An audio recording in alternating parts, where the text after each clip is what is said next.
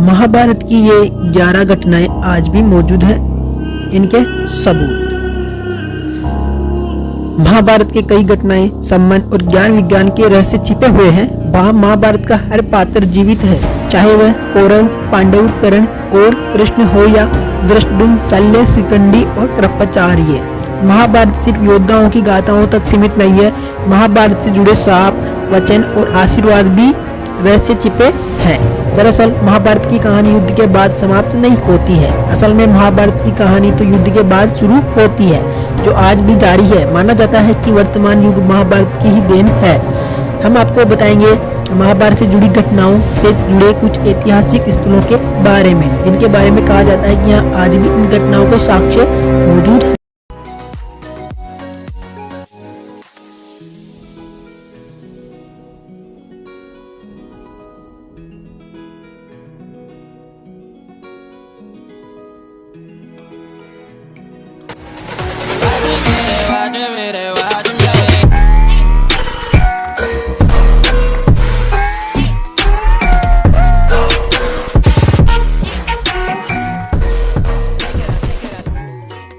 पहला ऐतिहासिक घटना स्थल कुरुक्षेत्र। ये तो सभी जानते हैं कि महाभारत का युद्ध कुरुक्षेत्र में हुआ था। कुरुक्षेत्र हरियाणा में स्थित है। कुरुक्षेत्र में भारतीय पुरातत्व सर्वेक्षण विभाग द्वारा महाभारत काल के कई अवशेष प्राप्त हुए हैं, जिनमें बाण और भाले प्रमुख हैं। कुरुक्षेत्र की भूमि पर कई महान योद्धा वीर गति को प्राप्त हुए थे। कुरुक्षेत्र ही वह स्थान है जहां पर भगवान श्री कृष्ण ने अर्जुन का मोह भंग करने के लिए उसे गीता का ज्ञान दिया था। कुरुक्षेत्र में प्राचीन कुआं आज भी देखा जा सकता है। माना जाता है कि इस जगह पर महाभारत युद्ध में कर्ण ने चक्रव्यूह की रचना करके अभिमन्यु को धोखे में मारा था, जिससे वह वीर गति को प्राप्त हुआ था। बात करते हैं दूसरा ऐतिहासिक घटना स्थल। शकुनी की नीति के तहत दुर्योधन ने पांडवों के रुकने के लिए एक ऐसा महल बनवाया था जो लाख से बना था, जिसे बाद में लक्षागृह कहा गया। ये लाख तेजी से अग्नि पकड़ता है। दुर्योधन ने पांडवों को मारने की साजिश रची थी। इस महल में रात में चुपचाप से आग लगा दी गई थी, ताकि सोते हुए पांडवों की इस महल में ही जलकर मृत्यु हो जाए।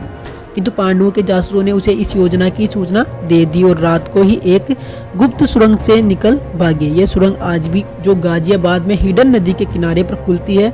लाख से बने महल के अवशेष आज भी बरनावा में पाए जाते हैं।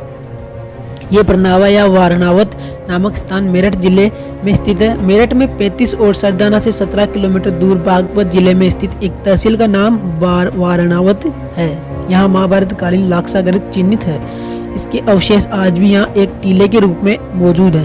लाक्षागृह से निकलने पर भटकते हुए पांडव वर्तमान नागालैंड में पहुंच गए थे। वहां पर राक्षसी हिडिंबा संग भीम का विवाह हुआ था। तत्पश्चात उनका घटोत्कच नामक पुत्र हुआ था, जो कि भीम के समान ही बलशाली था। भीम अपने पुत्र के साथ जिन गोटियों में से शतरंज खेला करते थे, वह आज भी नागालैंड की दीमापुर में देखी जा सकती है। अब बात करते हैं तीसरे घटना स्थल गंधमादन पर्वत की, जहां भीम नहीं उठा पाए थे हनुमान जी की पूंछ। सभी को यह घटना तो मालूम ही होगी कि बलशाली भीम हनुमान जी की पूंछ नहीं उठा पाए थे। कुछ विद्वान मानते हैं कि यह घटना गंधमादन पर्वत पर घटी थी। हिमालय के कैलाश पर्वत के उत्तर में स्थित गंधमादन पर्वत कुबेर के राज्य क्षेत्र में था। सुमेरु पर्वत की चारों दिशाओं में स्थित गजदंत पर्वतों में से एक को उस काल में गंधमादन पर्वत कहा जाता था। आज यह क्षेत्र तिब्बत के इलाके में है। इस क्षेत्र में दो रास्ते से जा सकते हैं। पहला नेपाल के रास्ते मानसरोवर से आगे और दूसरा भूटान की पहाड़ियों से आगे और तीसरा अरुणाचल के रास्ते चीन होते हुए। संभवत महाभारत काल में अर्जुन ने असम के एक तीर्थ में जब हनुमान जी से भेंट की थी, तो हनुमान जी भूटान या अरुणाचल के रास्ते ही असम तीर्थ में आए होंगे। हालांकि कुछ विद्वानों के अनुसार उत्तराखंड में जोशीमठ से लगभग 25 किलोमीटर दूर हनुमान चट्टी है।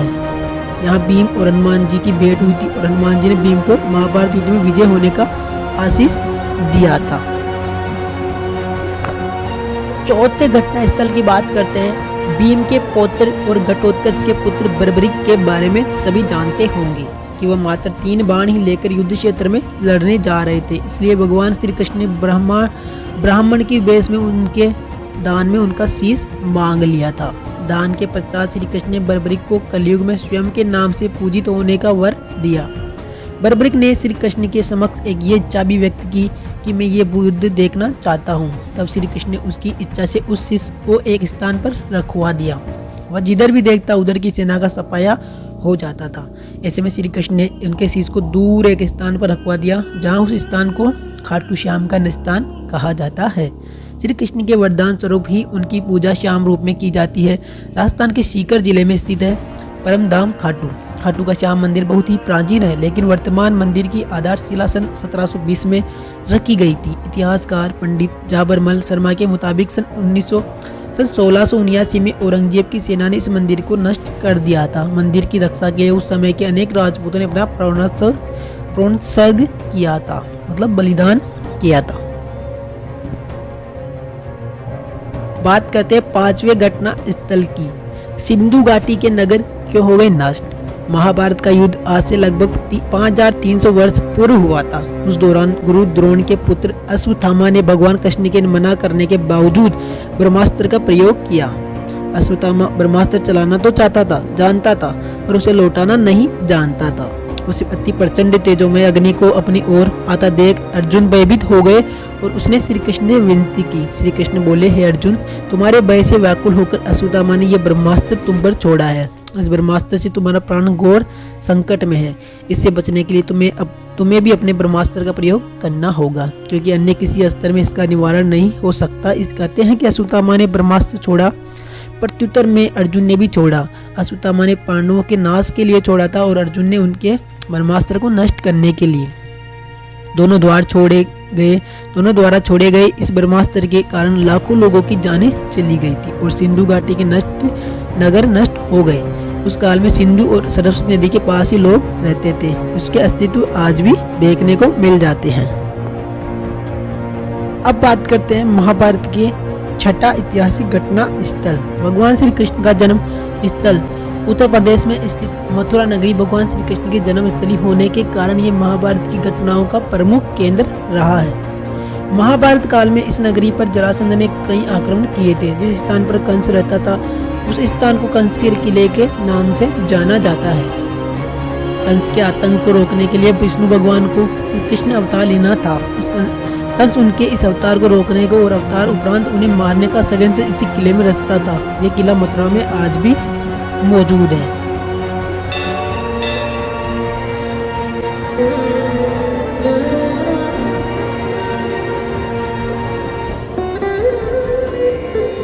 अब बात करते हैं सातों ऐतिहासिक घटना स्थल। व्यासपोती नामक स्थान बद्रीनाथ से 3 किलोमीटर की दूरी पर उत्तराखंड के माणा गांव में स्थित है। यहाँ महाभारत के रचनाकार महर्षि वेद व्यास जी की गुफा है। इसके समीप ही गणेश गुफा है। मान्यता है कि इस गुफा में व्यास जी ने महाभारत और मौखिक रूप दिया था और गणेश जी ने उसे लिखा था। माना जाता है कि उत्तराखंड में स्थित पांडुकेश्वर तीर्थ में आप अपनी इच्छा से राज्य त्याग करने के बाद महाराज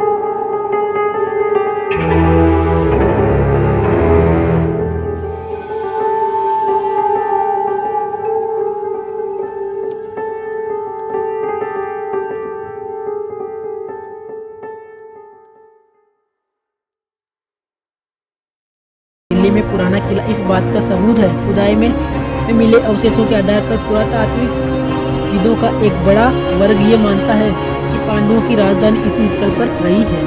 दिल्ली कई ऐतिहासिक घटनाओं का साक्षी रहा है।